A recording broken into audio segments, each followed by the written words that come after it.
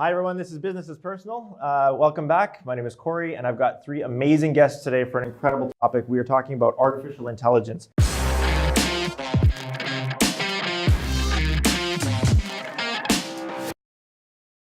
It is something that's coming up with my clients. They have no idea what to do about it. It seems to them like this really scary train that's heading their way, and they have no idea how to adapt to it, whether they should get out of the way, whether they should start running with the direction of the train, and what to do with artificial intelligence. So I've got three amazing leaders from the market, Ayman and Fadi and Danish, to help sort out what businesses in the UAE should be doing about artificial intelligence and what's happening in the UAE. So please, just take a minute, introduce yourselves first, who you are, your role, and where you're working. Go ahead, Ayman. Thanks, Corey. My name is Ayman Alashkar. I'm the Chief Explaining Officer of a Dubai-based bespoke AI services startup called OBOTEO. Okay. Hi, my name is Fadi Hindi. I'm the Chief Executive Officer for Takaful Emarat. I've been at this role for about 1 year. My responsibility is actually to bring disruption to the insurance industry. Looking at all the different tech and how we can leverage that to actually improve customer experience and bring about a differentiated service for our customers and our partners and our stakeholders. And obviously, AI is one of those key technologies that we're using. Go ahead. My name is Danish Farhan. I help these gentlemen do what they do for a living. I've been in Dubai for 37 years. I am the CEO of a boutique consulting firm that is part storytelling factory and part consulting arm. I've had the opportunity of working with the Dubai government on crafting the AI roadmap of the city of Dubai. Excellent. Okay, so business leaders in UAE, obviously the UAE is a very innovative platform for people to start businesses. It's entrepreneur friendly, and so people are starting up their companies, and there's a lot of traditional companies as well. So whether they're a startup or a traditional company, they're hearing the rumors in the market. Artificial intelligence is here, and they need to know how to adapt to it and what to implement and where to start. So first questions first, where does a CEO start? That's an excellent question, actually. Where does the CEO start? I think that if we simplify what artificial intelligence is, ultimately it's getting computers to behave like humans do within a given context. In its current form. And so a CEO needs to look at their business processes and determine where, with help, consultation from experts and so on, but determine where in their particular business processes intelligent automation can contribute to improve the performance of those processes or to increase the efficiency. Yeah, good. Yeah. What do you think? Okay, I mean, it's interesting because I've been in many different roles over the years, over the past 30 years. All the way, I've been in consulting, I've been in government, I've been in pharmaceuticals, you name it. It's interesting to be a CEO actually, finally, and actually be in control of an organization to see what I've been advising CEOs to do over the years actually come to fruition. And as they say, okay, walk the talk. Yeah, exactly. So at the end of the day, bottom line is if you look at a CEO, and I can say confidently now, after a year, you got to make sure that you're either reducing costs, improving revenues, improving the bottom line. At the end of the day, that's what's gonna matter. So all the bells and whistles, it doesn't really matter. At the end of the day, it's like, what's the result? How does this actually impact my business? How does it add value to my shareholders? Yeah. So if you look at AI, or if you look at any technology that we actually look at the end of the day, you're going to have to be able to link it back to a particular benefit that it's going to bring to the organization. So is it going to help me improve efficiencies? Am I going to be able to reduce costs? Am I going to be able to improve profits? That's really where I would believe a CEO is going to start.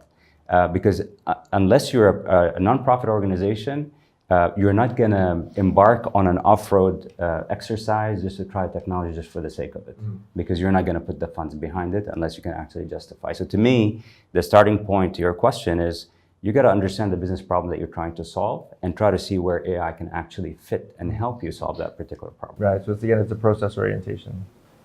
I like both your answers very much. I think the key is you've got to be able to answer three questions as a C-suite member, regardless of whether CEO, COO, CTO, CIO. Do I need it? This is the first question. A lot of people are chasing this just because, and I brought this up the last time as well, it's the Kim Kardashian effect, right? So people are are worked up about it. They don't really know why, and in a few years they're going to wonder what the big deal was about, right? So I think we've got to get past the Kardashian effect and go, do I need it? Answer that question with help by enlisting the right people in the right verticals.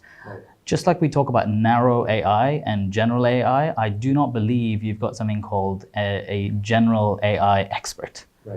Go and find the narrow AI experts, right? Enlist them to try and work with your team to figure out whether this challenge is something that I need to solve. Number two, why do I need it? Not do I need it, why do I need it? So once you've answered the question, yes, I need it, go deeper. Ask, why do I need it? Does it help me achieve my corporate objectives better, faster, quicker, cheaper? Does it allow me to work and operate in a completely new vertical? Does it allow me a competitive advantage? And this is true not just for CEOs of private companies, but this is true for government leaders. And that's an area of experience that I have personally with my team. And the last question is, where does it take me?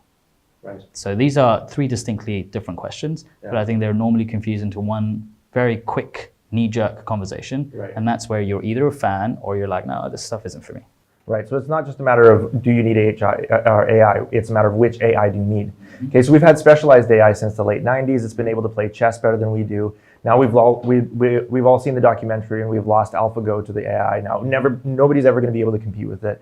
And now very quickly we've lost the stock market to AI, and nobody's ever going to be able to compete with AI again in terms of stock trading.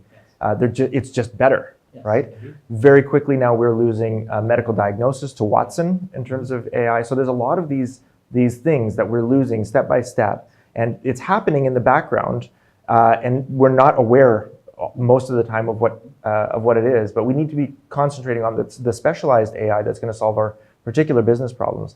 I think, Fadi, I would love to hear what AI is doing to change or disrupt the insurance business. Insurance, as you know, has been a traditional business for many, many years. And similar to financial services, because they associate financial and insurance to be like in kind of close proximity. Fintechs have been disrupting the financial side. Now insurtechs are beginning to disrupt the insurance side. But the areas where AI will be directly applicable is on the data. If we can use AI to solve specific problems around claims handling, making sure that we detect fraud so that we can reduce the overall cost, not only for the insurance company, but even for our customers. Because with fraud, not only does it hurt the company, it hurts the premiums that are going to come the year after. So at the end of the day, the benefit really does end up with the customers and the corporates that are benefiting from the service of the insurance industry or the policies of the insurance industry. So to me, it's about solving these problems that are related to better customer service, better pricing, making sure that there's no misuse of the resources that are being offered by the insurance industry. Now, if you look across the entire value chain of what we do, there are many different areas where we can apply AI. As a matter of fact, at Takaful Emarat, we've already turned on AI in 2 different areas. I can talk about it if you want in more detail. And we've been seeing some interesting results already on the customer service side and then on the claims and fraud side. Which is something that we're very proud of. That's amazing. So it's happening right now. It is. Okay, so for my other 2 guests, Ayman and Danish, what questions does a business leader need to ask in order to find their way to that specialized AI that may or may not help their business? Can I just take maybe one step back before you start asking the question? So, what do I need, etc. I think it's important to start to realize that this is an inevitability. Yes. Right? And I think this is maybe the most challenging hoop that incumbents go through at the moment. And I see this specifically in this part of the world. And Corrie, you work with a lot of leaders here, both in the first generation and then the second and the third. And so getting through that first sort of hitch is the big problem. After that, it's quite free-flowing because you empower the right people.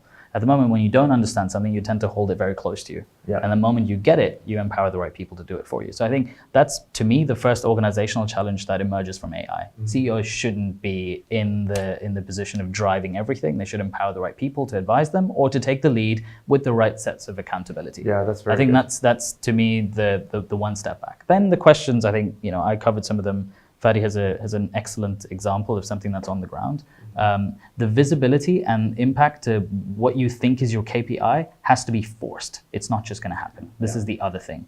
So you don't have a global dashboard of saying, I plugged in AI and suddenly I start to see all these wonderful things happening. You know, all the lights go blue instead of red.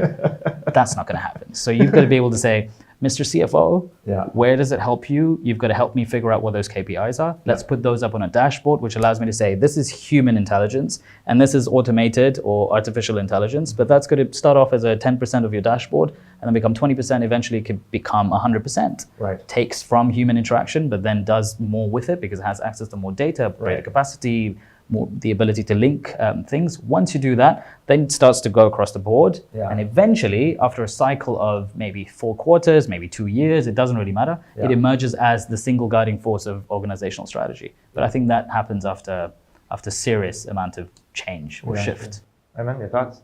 Well, I agree with both Fadi and Dinesh, and excellent points, many of which I'd like to address, probably won't be able to, but I think that CEOs need to take a long-term view. So we propone the adoption of narrow AI more like a long-term investment. Your business can inevitably benefit from it depending on how well defined its processes are. And obviously the data that they capture and the form that they capture it in.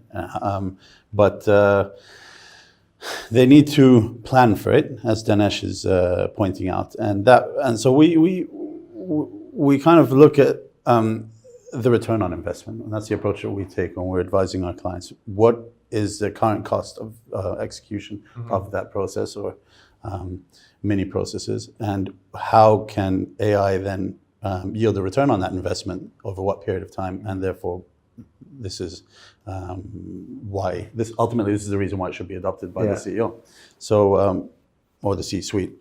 But I want to come back to the point on the data. The challenges that we find locally is that people, even at C-suite level, don't fully understand the value of the data that they're sitting on.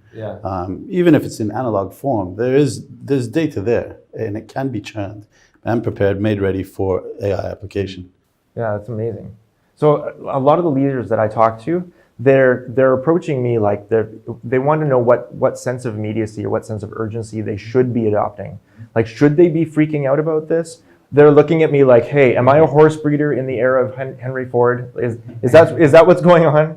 Am I still breeding horses while everybody else is building cars? I think so if I may, the approach that we take is that if they don't, their competitors certainly are. Yeah, sure. And so they will be left for dust if they're not at least looking at it, planning for it, and taking steps towards adopting it. So what's the first step in an AI strategy for a traditional company?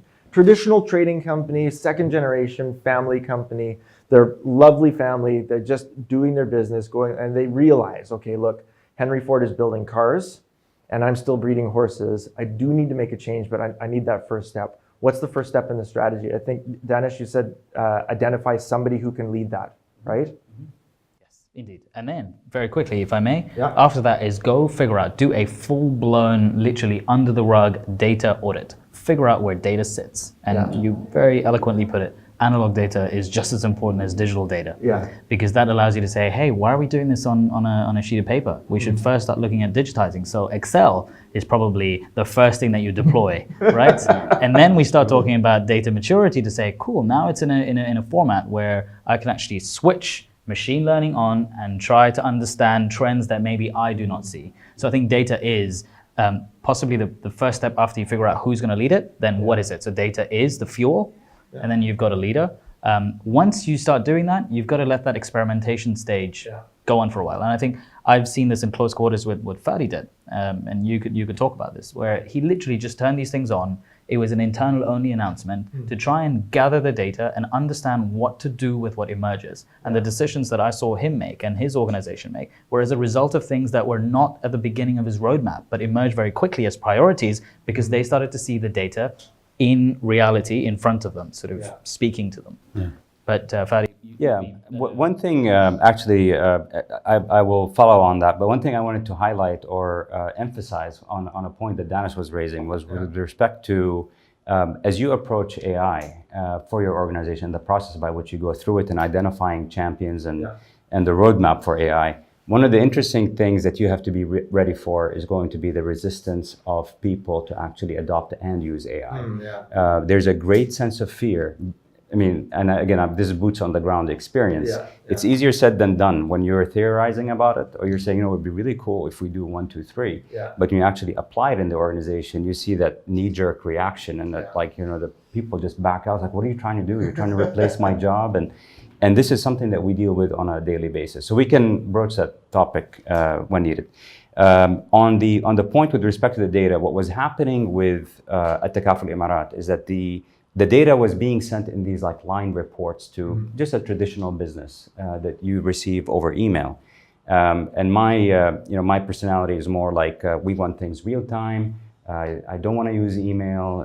Break down the barriers, remove the cubicles, that type of an approach, which we've done at Takaful over the past year. But we actually put up a massive dashboard on the first floor and the ground floor in our new building. And on this dashboard, we've actually aggregated the data from sales, from customer service. And we've applied some algorithms on those to actually start giving us patterns and trends that was never actually seen or done before, at Takaful Emarat. So the interesting thing is that in the beginning, the C-suite were kind of confused about, what are we going to do with all this information? But day on day, when that dashboard is not on, people come and say, what's going on? Where's that, show me what's happening. The insights started to appear, become self-apparent. They start to define behavior. Yeah, This is the most electric thing to watch happen, is that you don't realize, but you're now used to it. So when this is off, you almost don't know what to base your decision making and your recommendations on. It's a whole new decision making input, right? It's a paradigm shift in the way the business conducts itself. So talking about AI that people use but don't actually know. So we conducted a massive survey of people's perception last year at Xische of in the Middle East. So we looked at 8 countries across the Middle East, Saudi and Kuwait and Lebanon, etc. And we asked them a bunch of questions. So there were 2 or 3 very, very interesting insights that emerged. Number one was that people understood that they need to use AI to make their lives better. I'm talking consumers. This is not decision makers. But they don't actually know. So 67% of people didn't actually know that they were engaging with AI already. Really? People do not classify autocorrect as AI. People do not autocomplete, where your sentences. So you're texting and you interact with this approximately 12 times a day based on our research, and you don't realize you're actually dealing with a level of intelligence that's not just algorithmic. This is beyond algorithms. The second is Netflix. It's probably the easiest example to throw in anyone's face and go, have you ever gone to Netflix and not seen something that you actually want to watch? Whether you watch it right there or you argue with your wife about what to watch for the next 45 minutes, that's another story. That is great. But it's in your face, and that was never possible. So why did Netflix succeed? It's not because they gave you a delivery mechanism. They gave you a recommendation engine. That is the key to Netflix's success. And I think so people are using this but don't realize it. That's a challenge that's on a consumer front, but also at the corporate. When we asked people what they thought was the biggest threat, believe it or not, after healthcare and all of this being taken over, jobs going away, the biggest threat was mom's cooking. And this was completely left field. It wasn't. Mom's cooking. As in, I think AI is going to erode the ability for mothers to build this, this unique style of cooking, which children then carry on and look forward for the rest of their lives. I thought that was hilarious, but it emerged as a massive, massive trend, as in something that gives that personality. That uniqueness, right? Yeah, that uniqueness. Okay, so if we address that fear, just in a nutshell. People have that. Those who are thinking about artificial intelligence, they're all wondering, is any of us going to have a job in 20 years, 30 years from now? If AI is doing better than humans at more and more specialized services, are any of us going to be necessary? What's going to be left in the job market in 20 years? What do you think? So I think that, as with any industrial revolution, as jobs are replaced by the advent of new technology, new jobs are created. You'll find this answer is quite commonly proponed by people in the industry. That, for example, my job, I am the chief explaining officer of a company that delivers AI services to clients on a bespoke basis, and what does that mean? Well, 5 years ago, what was an explaining officer?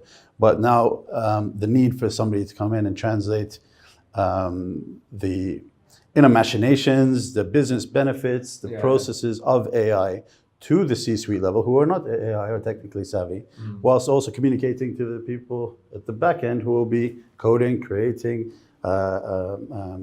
working their magic on the numbers, so the data scientists and so forth, to deliver that AI system to the organization. That role has been created along with many others. In the insurance industry example that Fadi gave about Takaful Emarat, there are people who are concerned about their jobs, but there is scope for AI strategy consultants, which is another role that's been created, to come in and advise the C-suite on what new jobs are going to be created, what infrastructure needs to exist to support those new jobs, how the people who are concerned, and rightfully so, that their roles might be threatened, can be reallocated, redeployed within the organization, to perform more cognitive tasks than highly repetitive ones. And so the fear of jobs being terminated is mitigated somewhat by the array of exciting new jobs that are being created. Do you find that that's true in Takaful Emarat?